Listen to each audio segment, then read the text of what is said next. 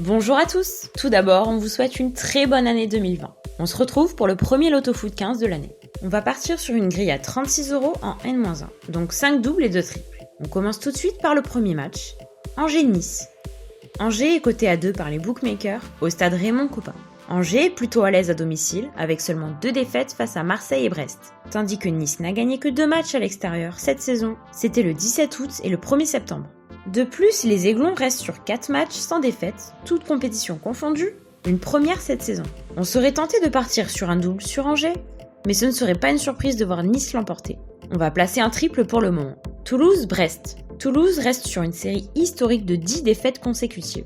Ce qui a d'ailleurs entraîné le limogeage de Comboiré, dont le bilan était de 11 défaites pour 2 victoires en 13 matchs. Brest reste sur 6 défaites à l'extérieur. Toulouse va peut-être stopper l'hémorragie en engrangeant au moins un point. On part sur un double Toulouse ou match nul, avec une préférence pour le nul. Amiens-Montpellier. Là encore un match délicat à analyser. Surtout quand l'outsider est l'équipe qui reçoit. Ça rajoute des impondérables. Montpellier possède 10 points d'avance sur Amiens et 23 de différence au goal average. Mais les Héroltais profitent surtout de leur performance à domicile, puisqu'ils n'ont pas gagné un match à l'extérieur cette saison. On part sur un triple pour ce match, où il est difficile de dégager un favori. Nîmes-Reims. Décidément, ce Loto-Foot a pioché dans les matchs les plus indécis de Ligue 1, encore un outsider à domicile, puisque Nîmes 19e reçoit Reims 6e.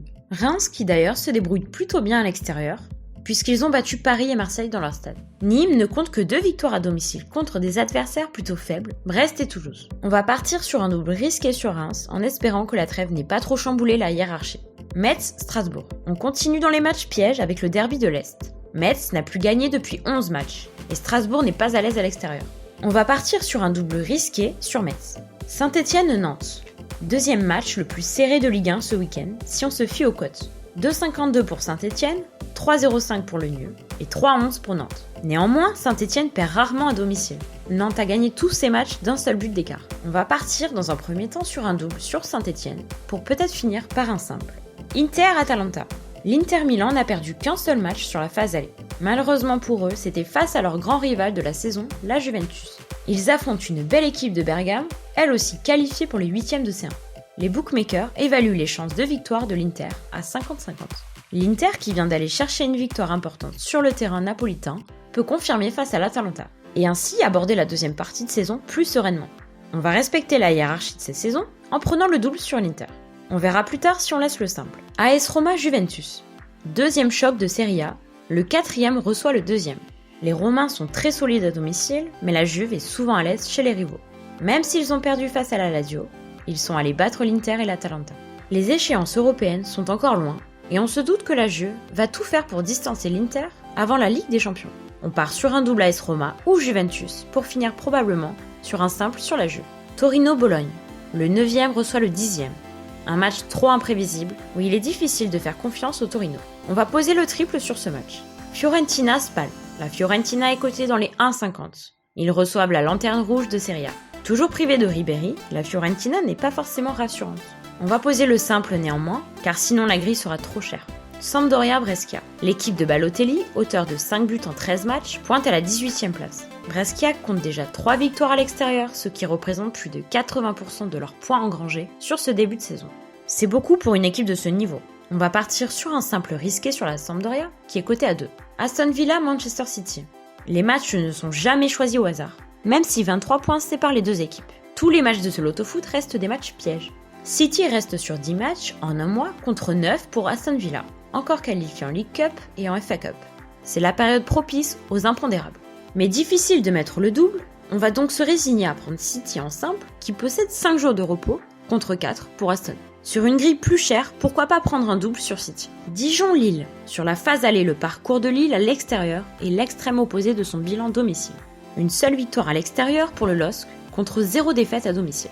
Dijon aussi reste assez fiable à domicile. La cote de Lille est à 2 et Dijon n'a plus perdu depuis août en son entrée. On va tenter le simple sur Lille pour ce match. PSG-Monaco. Dernier match de ce Loto-Foot, un match qui n'a plus la saveur des dernières années. Même si Monaco montre des signes d'espoir pour la deuxième partie de saison, débarrassé de Jardim, Monaco compte désormais sur Morena.